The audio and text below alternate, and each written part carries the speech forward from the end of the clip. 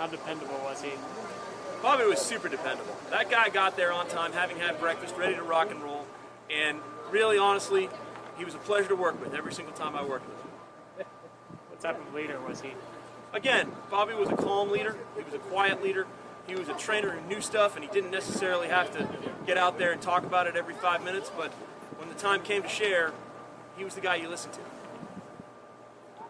How would you interpret his dedication to his job and the community? Bobby was dedicated to his job because he took any hard job that came down the road, whether it was training a bunch of reservists who didn't know jack, or whether it was going into harm's way in Iraq with the Special Forces. He looked at those jobs and said they're both important, and he knew that when the time came for us to go, if we weren't ready, that was going to be a bad thing for everybody. So, I think he took that seriously, and I think he took seriously the mission of training reservists, and I think he took seriously the job of being a combat cameraman in harm's way, both equally important. How did you find out about Bobby's passing away? Chief Tom Jones told us as a group that Bobby had passed away right when we arrived at drills, and I had heard that a member of the unit had been killed, but I didn't know who it was, and it hit me hard. It hit me really hard. It was one of those days when you really just didn't know how to feel because it was so close and so tender. After the fact, we were driving up to our quarterly field X, and I asked Chief Jones, I said, how did he die, and is there anything we can learn from his death? And he said, Bobby died quickly, and it was not something you could have anticipated or done anything about.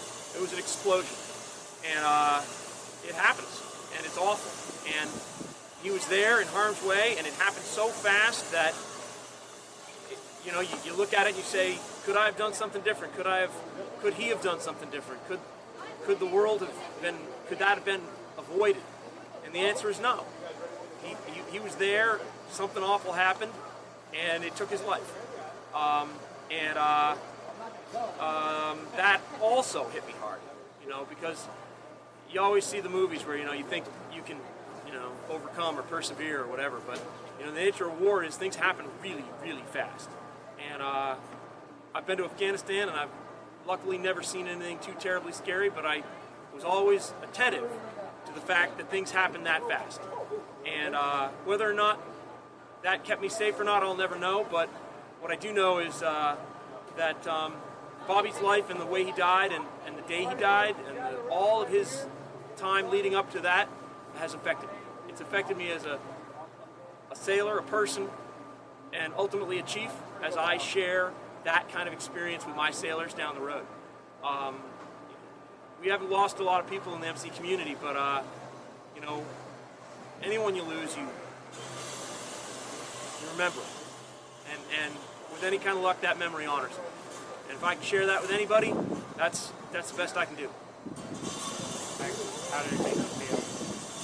We covered that. Drive on.